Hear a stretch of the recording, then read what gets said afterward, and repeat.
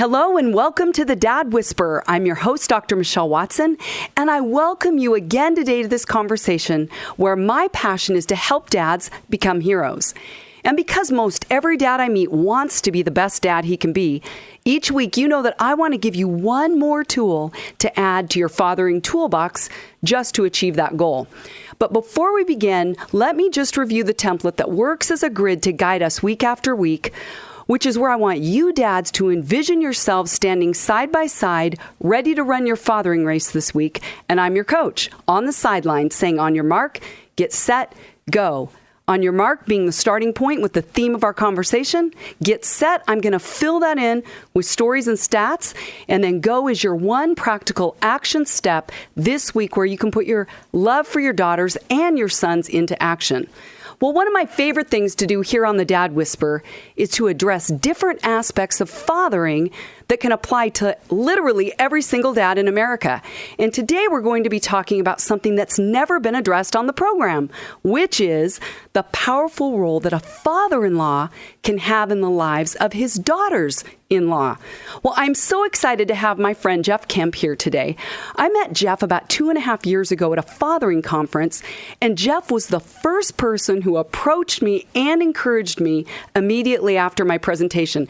And I'll never forget how he handed me his book, Facing the Blitz, 3 Strategies for Turning Trials into Triumphs, where he thanked me for being an angel of Gideon's words. Having Jeff's support, honestly, it was one of the best gifts that I ever got at that conference. And by the way, I loved his book. Yes, as a woman reading this book, I devoured it, and you will love it too, Facing the Blitz. You've got to get it. Well, here's a little bit more about Jeff before we get started. Jeff spent 11 years as an NFL quarterback playing for the Rams, 49ers, Seahawks, and Eagles. Jeff and his father, who was a former vice presidential candidate and a HUD secretary, Jack Kemp, they were the first of only 6 father-son NFL quarterback combos. How cool is that?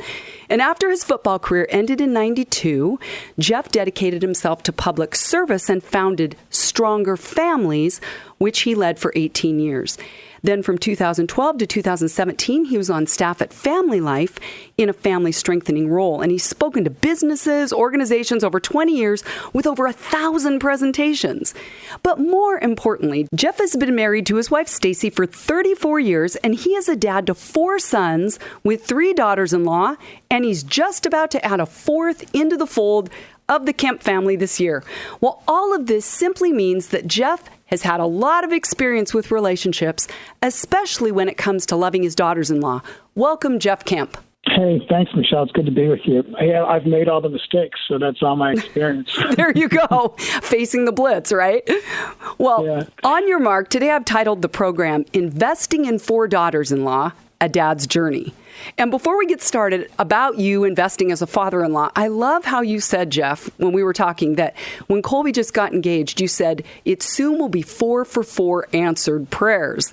And you have a funny story. Let's go back to you and Stacy about your mom praying for her. Tell us that story, if you would. I will, yeah. Well, it's cool. I've been married to Stacy for 34 years, and the biggest prayer we've had through the years is a prayer that our kids would know how much God loves them and have a relationship with Christ, and that they would meet and marry a young lady who loves God so much that could make a great team with them. And obviously God's worth loving more than any of us, but it forms a great basis. So yeah, we're like so thankful to see 4 young ladies who know and love Jesus meet up with our boys that, we're so thankful that they know and love Jesus, and we're all on our journey. And I know a lot of parents are praying for that, but my mom, I guess, prayed for that. And the way we found it out in a funny way was on my 4th date ever with Stacy. Mm-hmm. I'd had 2 dates with her by myself. One, we went out to dinner with my mom and dad. And the 4th one, we were hanging out with my mom and dad and met some college fraternity and sorority friends of my mom's and dad's, some close friends of theirs. And this one woman met Stacy, and Virginia said, "Oh, Stacy, it's so good to meet you. Joanne's been praying for you since you were 4 years old." Cat was out of the bag. I found out that mom started praying when I was 5 for my future wife. And Wow. so this woman just kind of jumped the gun and assumed this is the wife to be. It was only our fourth date. But it turned out to be true, and that was kind of the script that God had written. Oh, I love that. Okay, well, you're a dad to 4 sons, no daughters.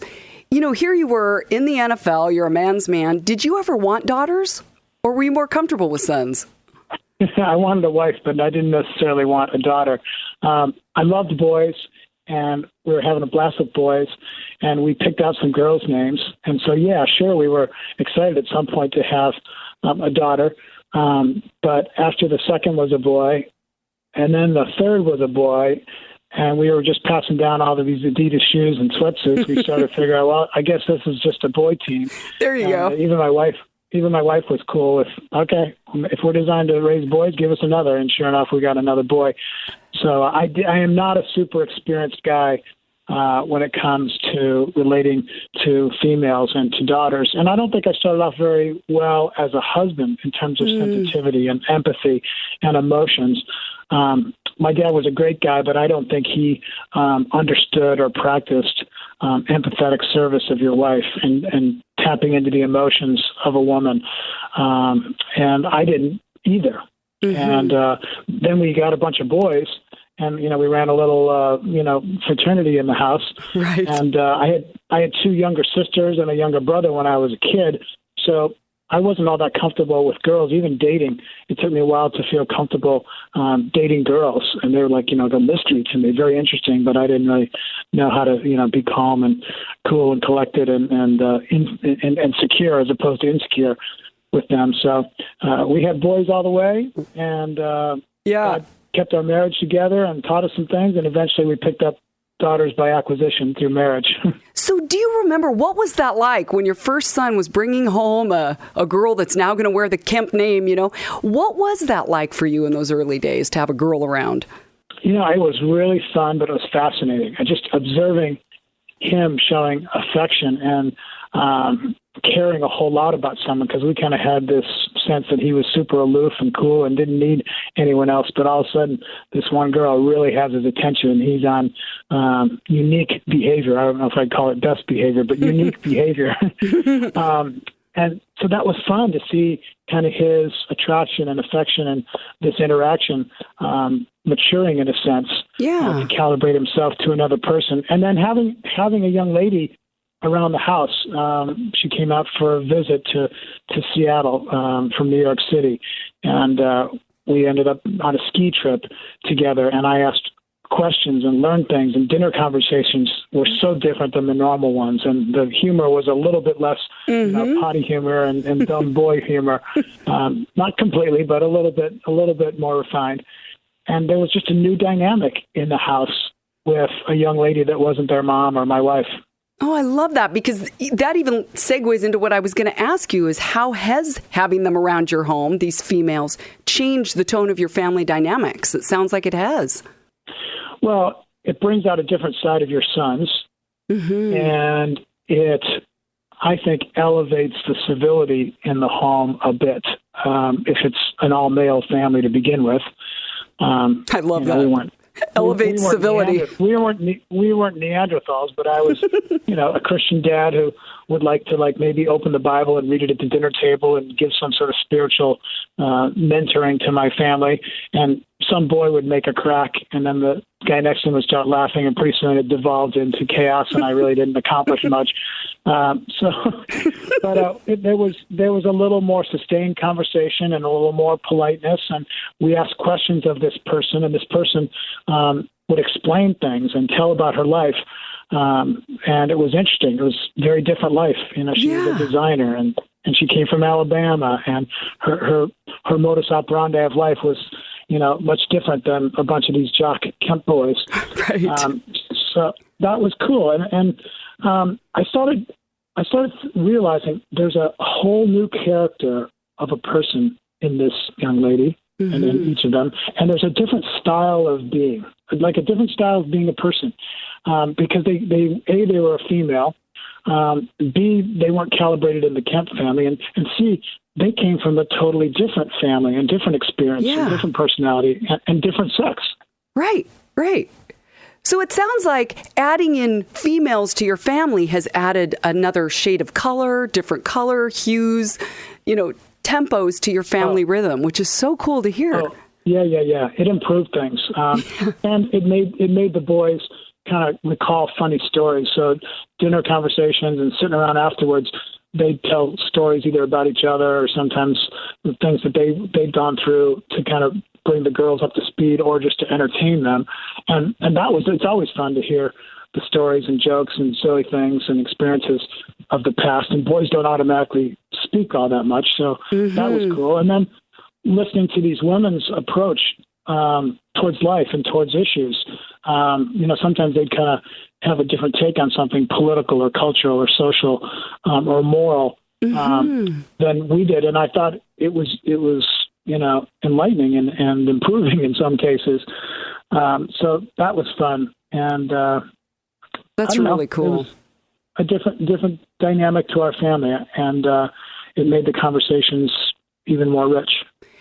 I can't even begin to tell you, even this week, Jeff, in my counseling office, stories about mothers-in-law, the in-laws, as you can imagine, come into conversations of challenges for a lot of couples. But I love the fact that you're modeling to your boys, we are welcoming with open arms this person into our family, because obviously these daughters, these young women, would feel that they're put out if that was in your heart or Stacy's heart, but you've just included them. And I hope those listening that may not maybe fully love the girl, right, that his son is bringing home, that somehow he would embrace her.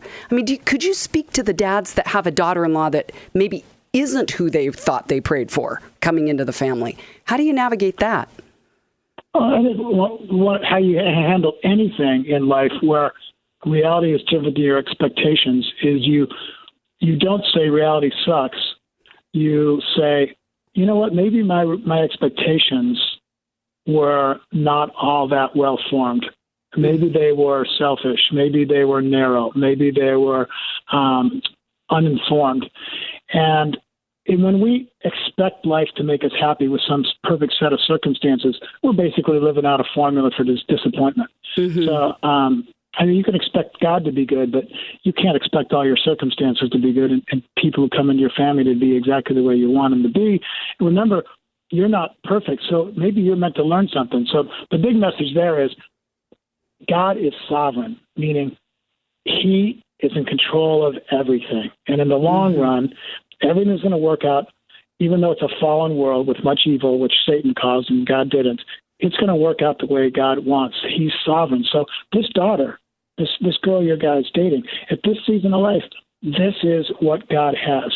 So embrace it. Now, there's a time before a marriage happens where any of us are to be such a good friend to someone who's considering marriage that we really get to know the person that they're dating, and we really get to know them.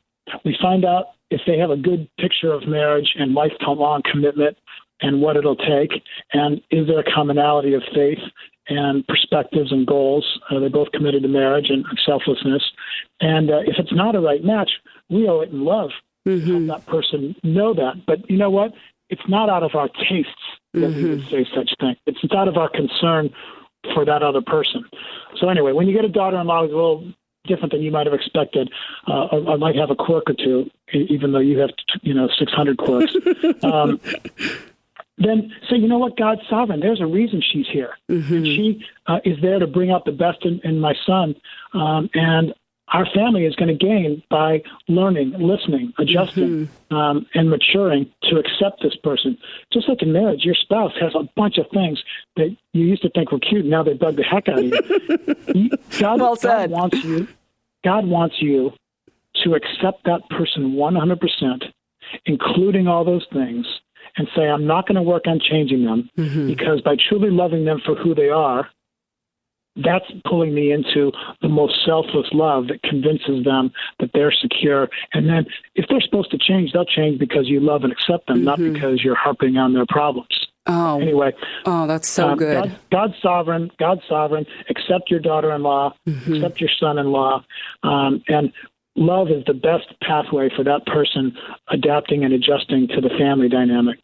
Well said. If you're just joining us, I'm talking with Jeff Kemp, author of Facing the Blitz, 3 Strategies for Turning Trials into Triumphs, as we talk about his role as a father-in-law to 4 daughters-in-law. So, Jeff, let me ask you, have your daughters-in-law ever come to you seeking counsel or advice? Just you and them, even separate from your sons? Yes, in some moderate ways. I'm trying to remember examples, but not like a frequent, standout, big thing. They've asked around the dinner table, they'll ask me a question because they really want my perspective or something. But I don't know that there's been instances where they called me up on the phone and said, "Hey, help me figure out your son and how to get him to not do this," or I'm changing careers. Give me some advice. But we do talk about things, and I can tell that they are interested in my opinion. But a key thing is don't flood them with your opinion ahead of time, just like with your sons.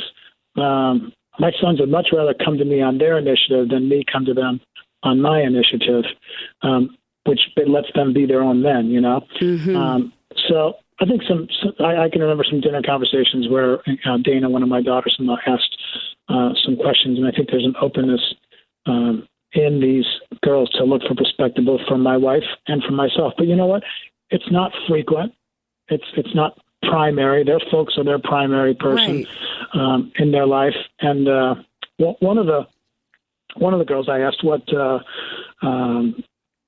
I've done well and what I've done poorly, and that took courage to ask that. She was nice not to point out anything that I did poorly. I'm sure there's something there. But she said 2 things. She said, first of all, whenever you talk about in-laws, you got to talk about boundaries. And you and Mom do that. You understand boundaries, and you give us space, and you pretty much respect boundaries, and there's been no issue with that. Like, holidays and what they're going to do, how they're going to raise their kids, what the schedule is they choose. It's their life.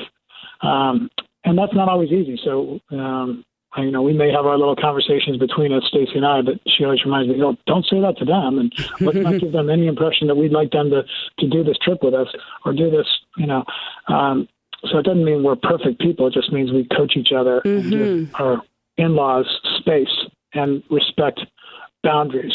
And then the other cool thing is my daughter-in-law, Lindsay Ann, said that when I was first around her, I asked her questions and I wanted to get to know her, and I learned about her life. And I didn't ask her, what's your favorite football team, and what run do you like to ski on the mountain? All the boy questions I would ask. Right. So asking questions, drawing her out, I would imagine made her feel comfortable and included in your world. So that's awesome. Yeah, because and a few of the girls have mentioned, young ladies, they've mentioned that this could be somewhat of an intimidating family to come into because there's a background of kind of dominant leadership. My dad used to say, "You can't be a leader," and he told my sisters that. He told my brother that. He told me that. We're not shy. We speak up. We're talking about issues. We want to lead. It's four sons in the house. They're all pretty strong, and so it could be noisy, and there's a bunch of leaders and bunch of opinions. So it could be intimidating for a new person or a young lady to come into.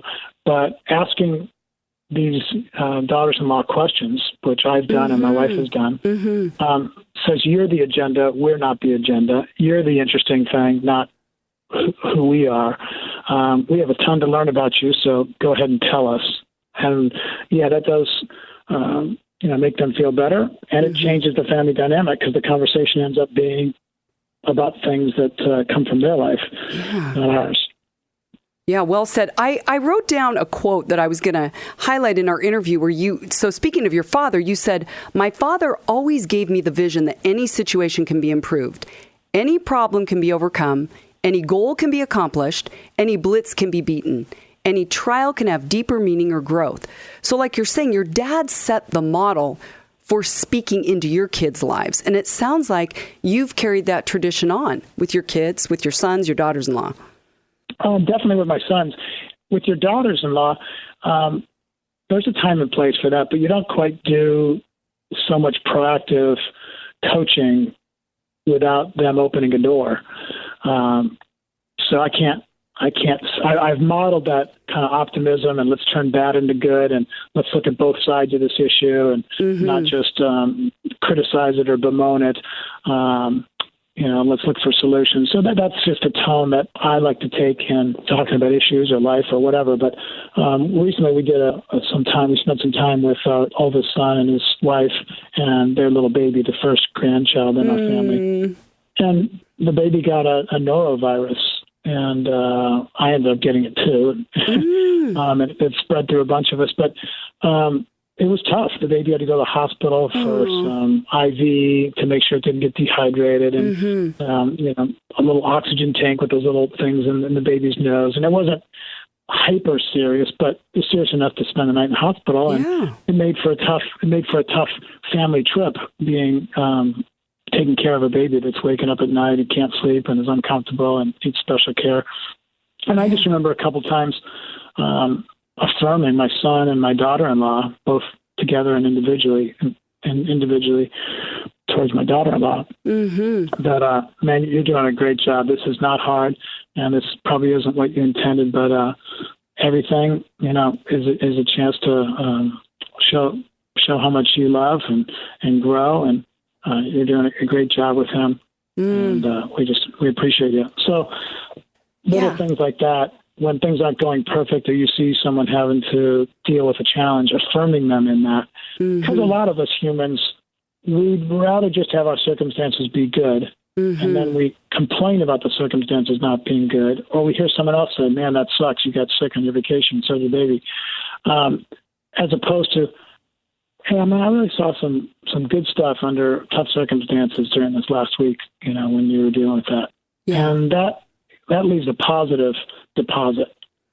Exactly. Well said. Because I so often am encouraging fathers, you think things, I tell men, you think things as you see your sons or your daughters and speak it out to them. So to hear that you as a father-in-law are speaking words of affirmation into your daughters-in-law, I can't even imagine the power that has in addition to their own dad.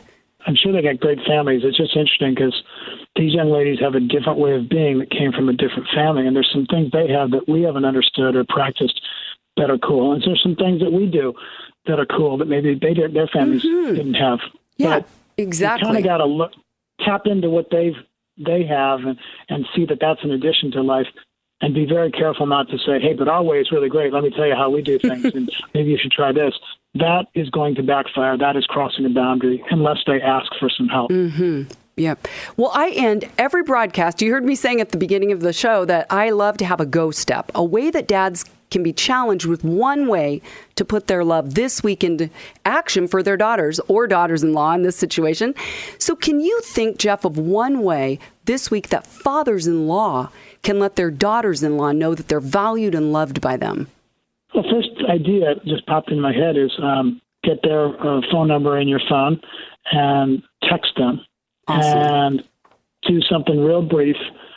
Just say, I just want to let you know how cool a person you are or wonderful a person you are and how thankful that you married our son and just for the life you live and the person you are. I'm proud of you or love you or something like that. If you have a character trait in them that's obvious to you, feel free to praise it. But just affirming them that you're glad they're in the family, you're glad they married the son, that's the primary relationship, that marriage to your son, and just affirm them. So there's a quick one. And the second one would be